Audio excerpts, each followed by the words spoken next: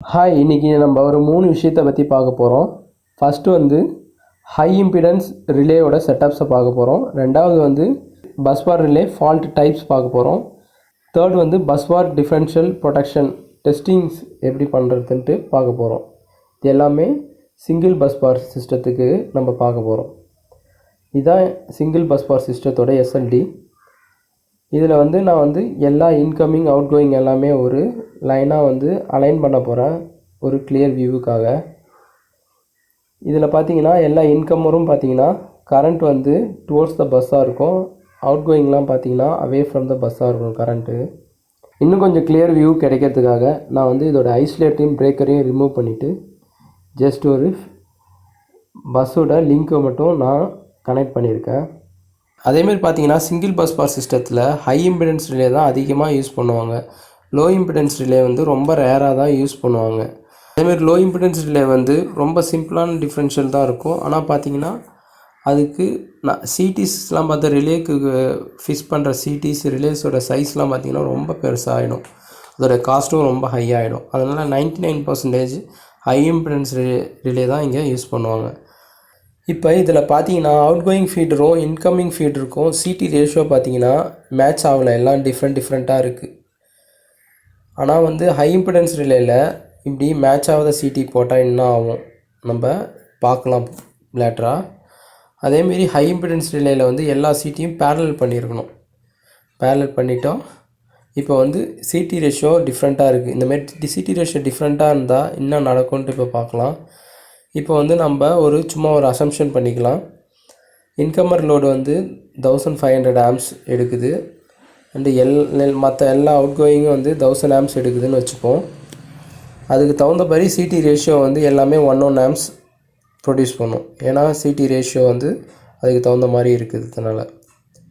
Busbar differential பார்த்திங்கன்னா உள்ளே வர கரண்ட்டும் வெளியில் போகிற கரண்ட்டும் ஈக்குவலாக இருக்கணும். அப்போ தான் பஸ்பார் டிஃப்ரென்ஷியல் வந்து 0ல் இருக்கும். உள்ளே வர கரண்ட்டும் வெளியில் போகிற கரண்ட்டும் டிஃப்ரென்ஸ் இருந்ததுன்னா பஸ்பார் டிஃப்ரென்ஷியல் ஆப்ரேட் ஆகிடும். இங்கே பார்த்தீங்கன்னா 2 இன்கமரும் 1 ஆம்ஸ் ப்ரொடியூஸ் ஆகிருக்கு. அதான் கரண்ட்டு, உள்ளே வர கரண்ட்டு. அதனால் 2 ஆம்ஸ் 2 ஆட் ஆச்சுன்னா 2 ஆம்ஸ். அதேமாரி வெளியில் போகிற கரண்ட்டு பார்த்தீங்கன்னா 3 அவுட் கோயிங் இருக்குது. 3மே 1 ஆம்ஸ் ப்ரொடியூஸ் பண்ணுது. இதை எல்லாமே ஆட் பண்ணோன்னா 3 ஆம்ஸ் வருது. இப்போ டிஃபரன்ஷியல் ரிலே பார்க்கும். இந்த உள்ளே வர கரண்ட்டு அதுக்கு 2, வெளியில் போகிற கரண்ட்டு 3 ஆம்ஸ் இருக்குது. ஸோ இது டிஃப்ரென்ஸ் வந்து 1 ஆம்ஸ். ரிலேக்கு வந்து டிஃபரன்ஷியல் கரண்ட் 1 ஆம்ஸ் ப்ரொடியூஸ் ஆகுது. ஆக்சுவலாக பார்த்தோன்னா இங்கே வந்து ஃபுல் லோட் கரண்ட்டு தான், எந்த ஒரு ஃபால்ட் கண்டிஷனும் இல்லை. ஆனால் வந்து டிஃபரன்ஷியல் கரண்ட் ஃப்ளோ ஆகுது.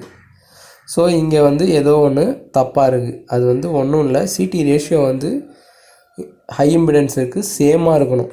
டிஃப்ரென்ஸாக இருந்ததுன்னா சிடி ரேஷியோ செட் ஆகாது ஹை இம்பிடன்ஸுக்கு. அப்புறம் சிடி எப்படி நம்ம ஃபிக்ஸ் பண்ணுறது? சிடி பார்த்திங்கன்னா அந்த ஃபீல்டர் எண்டில் எது மேக்ஸிமம் கரண்ட் இருக்கோ அந்த சிடி ரேஷியோ தான் நம்ம ஃபிக்ஸ் பண்ணணும். இதில் பார்த்திங்கன்னா இன்கம்மர் தான் சிடி ரேஷியோ ரொம்ப ஹை. ஸோ அதோடைய சிடி ரேஷியோவை நம்ம இங்கே ஃபிக்ஸ் பண்ணுறோம். அதாவது 1500 ஆம்ஸ்.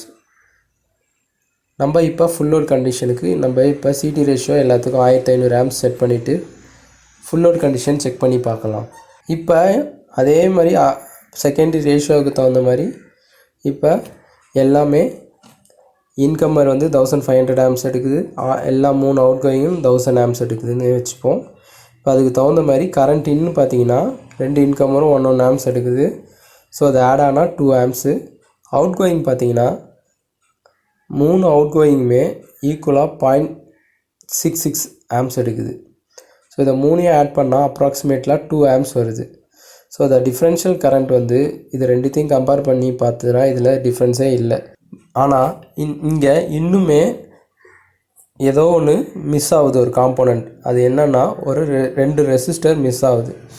எதுனா parallel resistor and series resistor. Parallel resistor வந்து நான் லீனியர் ரெசிஸ்டராக இருக்கணும். சீரிஸ் ரெசிஸ்டர் வந்து வேரியபிள் ரெசிஸ்டராக ஃபிக்ஸ் பண்ணுவாங்க. ஏன் இந்த மாதிரி இதில் இந்த மாதிரி ஃபிக்ஸ் பண்ணுறாங்கன்ட்டு நம்ம இதை ஒரு தனி வீடியோவாக பார்க்கலாம். நம்ம இப்போ வந்து இதோட மெயின் இந்த டாப்பிக்குள்ளே வரலாம். இந்த ஹை இம்பிடன்ஸ் டிஃபரன்ஷியல் சர்க்கியூட் பார்த்தோன்னா இந்த மாதிரி தான் இருக்கும். இப்போ வந்து நம்ம வந்து ஃபால்ட் கண்டிஷன் பார்க்கலாம். ரெண்டு ஃபால்ட் கண்டிஷன் பஸ் பாரில் அக்கர் ஆகும். ஒன்று வந்து இன்டர்னல் ஃபால்ட்டு, இன்னொன்று வந்து எக்ஸ்டர்னல் ஃபால்ட்டு.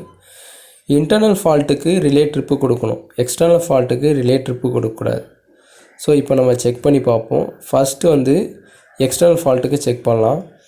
இப்போ வந்து ஒரு அசம்ஷன் வச்சுப்போம். இன்கமர் வந்து 750 ஆம்ஸ் எடுக்குது, ஒரு அவுட் கோயிங் வந்து 500 ஆம்ஸ் எடுக்குது, ரெண்டாவது அவுட் கோயிங் வந்து 400 ஆம்ஸ் எடுக்குது, மூணாவது அவுட் கோயிங் வந்து 600 ஆம்ஸ் எடுக்குதுன்னு வச்சுப்போம். அதுக்கு தகுந்த மாதிரி சிடி ரேஷியோவும் வந்து இன்கமர் வந்து 0.5 ஆம்ஸு, அவுட் கோயிங் வந்து 1 வந்து 0.3 ஆம்ஸ், அவுட் கோயிங் 2 வந்து 0.266 ஆம்ஸ், அவுட் கோயிங் 3 வந்து 0.4 ஆம்ஸ். கரண்ட் இன்னும் நம்ம ஆட் பண்ணோன்னா 1 ஆம்ஸ் வரும். அதேமாரி கரண்ட் அவுட்டை எல்லாத்தையும் நம்ம ஆட் பண்ணாலும் நம்மளுக்கு 1 ஆம்ஸ் வரும். ஸோ இதில் எந்த டிஃப்ரென்ஸும் இல்லை. இது வந்து ஒரு நார்மல் ரன்னிங். இப்போ இதில் வந்து அவுட் கோயிங் 3ல் வந்து ஃபீடரில் வந்து எக்ஸ்டர்னலாக ஒரு ஃபால்ட் அக்கர் ஆகுது. ஆனால் அது வந்து பஸ் ஃபார் ஃபால்ட்டில் வெளியில் ஏதோ ஒரு ஃபால்ட் அக்கர் ஆகுது. இது வந்து அவுட் ஜோன் ஃபால்ட்டுன்னு சொல்லுவாங்க. இந்த மாதிரி ஒரு ஃபால்ட் அக்கர் ஆகக்குள்ள அந்த ஃபால்ட்டால் ஒரு 600 ஆம் அடிஷ்னலாக அந்த அவுட் கோயிங் இன்டேக் பண்ணுது. அவுட் கோயிங்கில் லோடு இன்க்ரீஸ் பண்ணால் அது வந்து இன்கமரில் தான் வந்து ஷேர் பண்ணி ஆகணும். இதை ரெண்டு இன்கமரும் ஷேர் பண்ணிக்குதுன்னு வச்சுப்போம். இப்போ வந்து நம்ம இன்கமர் வந்து 1050 ஆம்ஸ் ரெண்டு இன்கமரும் எடுக்குது. ரிமைனிங் எல்லா அவுட் கோயிங் சேம் தான், அவுட் கோயிங் 3 தவிர. அவுட் கோயிங் 3ல் பார்த்தீங்கன்னா ஃபால்ட் கரண்ட் ஒரு 600 ஆம்ஸும் லோட் கரண்ட் ஒரு 600 ஆம்ஸும் மொத்தமாக 1200 ஆம்ஸ் எடுக்குதுன்னு வச்சுப்போம். இப்போ இதுக்கு தகுந்த மாதிரி சிடி செகண்டரி வந்து 0.8 ஆம்ஸ் ப்ரொடியூஸ் பண்ணுது. இப்போ நம்ம இப்பயும் செக் பண்ணாலும் கரண்ட் இன்னும் வந்து 1.4 ஆம்ஸு, அதேமாதிரி கரண்ட் அவுட் வந்து 1.4 ஆம்ஸு. ஸோ இந்த கண்டிஷன்லேயும் நம்மளுக்கு டிஃப்ரென்ஷியல் கரண்ட்டு சர்க்யூட்டில் இல்லை. இதனால் நம்மளுக்கு எல்லாருக்குமே நல்லா கிளியராக புரியுறது என்னென்னா, அவுட் ஜோன் ஃபால்ட் அதாவது எக்ஸ்டர்னல் ஃபால்ட்டுக்கு நம்ம ரிலே ட்ரிப்பே கொடுக்காது. அடுத்தது நம்ம இன்ஜோன் ஃபால்ட்டுக்கு பார்க்கலாம், அதாவது இன்டர்னல் ஃபால்ட். நம்ம இதுக்கு ஒரு அஷ்யூம் பண்ணிப்போம். என்னென்னா ஃபால்ட் வந்து பஸ்ஸுக்குள்ளே நடக்குது. ஃபால்ட் கரண்ட் வந்து ஒரு 600 ஆம்ஸ்னு வச்சுப்போம். இந்த ஃபால்ட் கரண்ட்டுமே வந்து நம்ம இன்கமர்லேருந்து தான் கரண்ட்டை ட்ராப் பண்ணும். அதனால் நம்ம ரெண்டு இன்கமருமே அந்த ஃபால்ட் கரண்ட்டை ஷேர் பண்ணி 1050 ஆம்ஸ் எடுத்துக்குது. இப்போ எல்லா அவுட் கோயிங்கும் வந்து அதோட லோடை தான் ரன் ஆகும், வேறு எக்ஸஸ் கரண்ட் எடுக்காது. இப்போ பார்த்தீங்கன்னா கரண்ட் வந்து 0.7 ஆம்ஸ் சிடி செகண்டரி வந்து இன்கமருக்கு எடுக்குது. ஸோ இந்த ரெண்டு 0.7 ஆட் ஆச்சுன்னா கரண்ட் இன்னும் வந்து 1.4 ஆகிடும். அதேமாரி எல்லா அவுட் கோயிங்கும் வந்து நம்ம வந்து ஆட் பண்ணாலும், அதாவது கரண்ட் அவுட்டை வந்து நம்ம ஆட் பண்ணால் நம்மளுக்கு 1 ஆம்ஸ் தான் கிடைக்கிது. ஸோ இப்போ என்ன ஆகுனா அந்த பேரலல் சர்க்யூட்டில் 0.4 ஆம்ஸ் வந்து ரிலேக்கு ஃப்ளோ ஆரம்பிச்சிடும். அந்த 0.4 ஃப்ளோ ஆரம்பிச்சிதுன்னா நம்ம ரிலேக்கு எந்த அளவுக்கு செட்டிங்ஸ் வச்சுருக்கோமோ, இப்போ 0.4 வச்சுருந்தோன்னா 0.4ல் ட்ரிப் ஆகிடும்.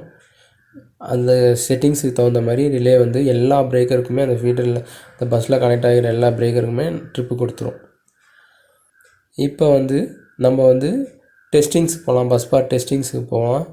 பஸ் பார் டெஸ்டிங் பார்த்தீங்கன்னா ரெண்டு டெஸ்டிங் இருக்குது. ஒன்று வந்து ப்ரைமரி டெஸ்டிங், இன்னொன்று வந்து செகண்டரி டெஸ்டிங். ஃபஸ்ட்டு வந்து ப்ரைமரி டெஸ்டிங் பார்க்கலாம்.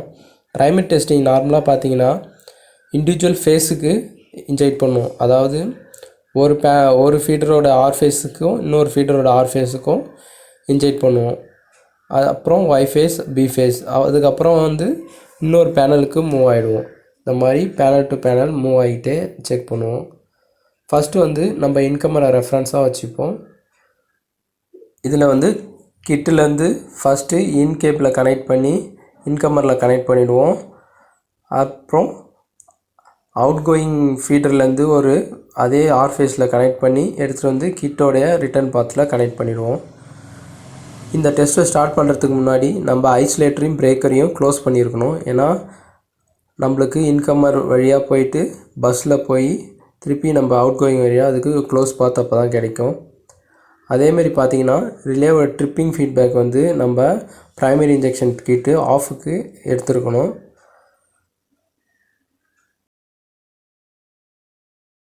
ஃபஸ்ட்டு இங்கே வந்து நான் வந்து ஐசோலேட்டரை க்ளோஸ் பண்ணிட்டேன், பிரேக்கரை க்ளோஸ் பண்ணிட்டேன், 2 ஃபீட் இருக்கும். இப்போ இந்த ப்ரைமரி கரண்ட் வந்து ரொம்ப ஹை லெவலில் இருந்துச்சுன்னா நம்ம கிட்டு வந்து அவைலபிலிட்டி அவ்வளோ கரண்ட் அவைலபிலிட்டி இல்லைன்னா செட்டிங்ஸை வந்து கொஞ்சம் குறைச்சி வச்சுக்கிட்டு அதுக்கு தகுந்த மாதிரி டெஸ்ட் பண்ணிக்கலாம். இதேமாதிரி டெஸ்டிங் பண்ணுறதுக்கு முன்னாடி வந்து இந்த சீரியஸ் வேரியபிளுக்கு வந்து ஒரு பைபாஸ் லூப் போட்டுடுங்க. லூப் போட்டிங்கன்னா ரொம்ப அக்யூரேட்டாக இருக்கும் டெஸ்டிங்கு. இப்போ வந்து நம்ம ப்ரைமரி இன்ஜெக்ஷன் கரண்ட் இன்ஜெக்ட் பண்ண போகிறேன். இன்கம்மரில் வந்து இன்ஜெக்ட் பண்ணுறேன், அதே வந்து அவுட் கோயிங்கில் வந்து க்ளோஸ் ஆகி எனக்கு வந்துடும். அதுக்கு கரஸ்பாண்டிங்லாம் சிடி செகண்டரி வந்து 0.1 ஆம்ஸ் ப்ரொடியூஸ் பண்ணுது. ஸோ இன்கம்மரில் வந்து 0.1 ஆம்ஸ் டுவோர்ட்ஸ் பஸ் இருக்கும், அவுட் கோயிங்கில் வந்து 0.1 ஆம்ஸ் அவே பஸ்ஸில் இருக்கும். ஸோ எனக்கு இந்த 2 கரண்ட்டும் ஆப்போசிட் டைரெக்ஷனில் இருக்கும், 0.1 ஆம்ஸ் செகண்டரி கரண்ட்டு. ஸோ இதனால் டிஃப்ரென்ஷியல் கரண்ட் வந்து அந்த பேரலல் சர்க்யூட்டில் ரிலேக்கு போகாது, அங்கே 0 தான் இருக்கும் ரிலேயில் கரண்ட்டு போகிறது. ஸோ இதனால் நம்மளுக்கு வந்து ரிலே வந்து ட்ரிப்பு கொடுக்காது. நம்ம வந்து இப்போ வந்து இன்ஜோன் ஃபால்ட் பார்க்கலாம், அதாவது இன்டர்னல் ஃபால்ட் ஸ்டிமுலேஷன் பார்க்கலாம். இந்த இன்டர்னல் ஃபால்ட் ஸ்டிமுலேஷனுக்கு நம்ம ஆக்சுவலாக வந்து ஃபால்ட் க்ரியேட் பண்ண மாட்டோம். நம்ம 2 விதமாக செய்வோம். ஒன்று வந்து பொலாரிட்டியை ரிவர்ஸ் சேஞ்ச் பண்ணுவோம், இன்னொன்று வந்து சிடிக்கு லூப் அடிப்போம். ஃபஸ்ட்டு வந்து சிடிக்கு லூப் அடித்து பார்க்கலாம். இங்கே வந்து நான் 150 ஆம்ஸ் வந்து இன்ஜெக்ட் பண்ணுறேன். இப்போ வந்து நம்ம அவுட் கோயிங்கில் வந்து நான் லூப் பண்ணுறேன். லூப் பண்ணிட்டதால நம்ம இன்கமிங்கில் உள்ள 0.1 ஆம்ஸ் மட்டுமே டிஃப்ரென்ஷியல் ரிலேக்கு சென்ஸ் பண்ணும். சென்ஸ் பண்ணி அந்த செட்டிங்ஸ் வேல்யூ இருந்துச்சுன்னா ட்ரிப் கொடுக்கும். இப்போ வந்து நான் பொலாரிட்டியை வந்து சேஞ்ச் பண்ணேன்னு வச்சிங்களேன். இப்போ இன்கம்மரில் உள்ள 0.1 ஆம்ஸும் அவுட் கோயிங்கில் உள்ள 0.1 ஆம்ஸும் பொலாரிட்டி சேமில் இருக்கிறதுனால ஸோ என்ன ஆகும்னா பேரலல் சர்க்யூட்டில் ரெண்டும் ஆட் ஆகி 0.2 ஆம்ஸாக டிஃப்ரென்ஷியல் ரிலேக்கு போக ஆரம்பிச்சிடும். அதுக்கு தகுந்த மாதிரி ரிலே பிக்கப் ஆகி எல்லா பிரேக்கருக்கும் ட்ரிப்பு கொடுத்துரும்.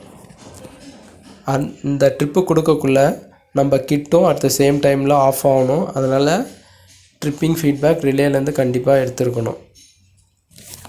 இப்போ வந்து நம்ம செகண்டரி டெஸ்டிங் பார்க்கலாம். இந்த செகண்டரி டெஸ்டிங் போகிறதுக்கு முன்னாடி இதோட ஸ்கிமேட்டிக் டயக்ராம் நம்ம பார்த்துப்போம். இந்த ஸ்கிமேட்டிக் டயக்ராமில் பார்த்தீங்கன்னா இதான் வந்து பஸ் பார் சிடி. இந்த பஸ் பார் சிடியில் வந்து இந்த சிடி ஷார்ட் லிங்கை வந்து எல்லாத்தையும் ரிமூவ் பண்ணிடணும். ரிமூவ் பண்ணிவிட்டு ஆர்ஒய்பி நியூட்ரல் ஃபேஸ் வந்து நம்ம கிட்டுக்கு கனெக்ட் பண்ணிக்கணும். கனெக்ட் பண்ணிவிட்டு கிட்டுக்கு பைனரி இன்புட் வந்து ரிலே ட்ரிப்பிங் ஃபீட்பேக்கில் வந்து எடுத்து கொடுத்துருக்கணும். இந்த டெஸ்டிங் ஸ்டார்ட் பண்ணுறதுக்கு முன்னாடி நம்ம வந்து இந்த சீரியஸ் வேரியபிள் ரெசிஸ்டருக்கு கண்டிப்பாக லூப் போட்டே ஆகணும். போடலன்னா கரண்ட் ட்ரைவ் ஆகாது. இப்போ வந்து ஒன் செட் ஆஃப் சிடி வந்து இன்கம்மர்லேயும் அனதர் செட் ஆஃப் சிடி வந்து அவுட் கோயிங்லேயும் இருக்குது. இங்கே வந்து நான் 0.5 ஆம்ஸ் இன்ஜெக்ட் பண்ணுறேன். ஆனால் வந்து ரெண்டோடைய ஃபேஸ் ஆங்கிள் வந்து 180 ஃபேஸ் ஷிஃப்ட் வச்சுருக்கேன். இப்போ பார்த்தீங்கன்னா இந்த ஃபேஸ் ஷிஃப்ட் 180 வச்சதுனால இந்த பேரலல் சர்க்யூட்டில் 0 ஆம்ஸ் தான் வந்து டிஃப்ரென்ஷியல் ரிலேக்கு ஃப்ளோ ஆகும். அதனால் ரிலே வந்து 0 ஆம்ஸ் தான் காமிக்கும். இது வந்து ஸ்டெபிலிட்டி கண்டிஷன். இந்த சேம் செட்டப் வந்து எல்லா பேனலுக்கும் நம்ம ரிப்பீட் பண்ணணும். இப்போ வந்து நம்ம இன்டர்னல் ஃபால்ட் கண்டிஷன் பார்க்கலாம், அதாவது இன் ஜோன். இதில் வந்து நான் எதனா ஒரு செட் ஆஃப் சிடிக்கு மட்டும் நான் கரண்ட் இன்ஜெக்ட் பண்ண போகிறேன். இன்னொரு செட்டுக்கு வந்து நான் கரண்ட் இன்ஜெக்ட் பண்ணல. நான் இன்கம்மருக்கு வந்து 0.5 ஆம்ஸ் இன்ஜெக்ட் பண்ணுறேன். அவுட் கோயிங் வந்து 0 ஆம்ஸ் தான் இருக்குது.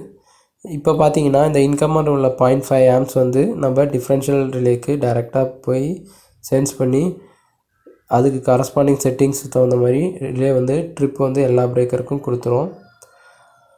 இன்னொரு மெத்தடும் இருக்குது. அது எப்படின்னா இன்கம்மரும் அவுட் கோயிங்கும் ரெண்டுத்துக்கும் நம்ம கரண்ட் இன்ஜெக்ட் பண்ணலாம். ஆனால் அந்த ரெண்டுத்தோடைய கரண்ட் வந்து ஆங்கிள் வந்து டிஃப்ரென்ஸ் இருக்கக்கூடாது. இன்கமிங்க்கு 0.5 ஆம்ஸும் அவுட் கோயிங்க்கு 0.5 ஆம்ஸும் இன்ஜெக்ட் பண்ணுறேன். ஆனால் இதோட ஆங்கிள் டிஃப்ரென்ஸ் வந்து 0 தான். இப்போ பார்த்தீங்கன்னா ரிலேயில் வந்து 1 ஆம்ஸ் ஷோ பண்ணும். ரெண்டும் ஆட் ஆகி ரிலேக்கு வந்து 1 ஆம்ஸ் போயிடும். அப்புறம் ரிலே வந்து டிஃப்ரென்ஷியல் சென்ஸ் பண்ணி எல்லா பிரேக்கருக்கும் ட்ரிப்பு கொடுத்துரும். இதேமாரி செட்டப் வந்து எல்லா பேனலுக்கும் நம்ம ரிப்பீட் பண்ணணும். இந்த வீடியோ வந்து உங்கள் நண்பர்களுக்கு உபயோகமாக இருக்கும்னு நினச்சிங்கன்னா உங்கள் நண்பருக்கு ஷேர் பண்ணுங்கள். இந்த வீடியோவை பார்த்ததுக்கு மிக்க நன்றி.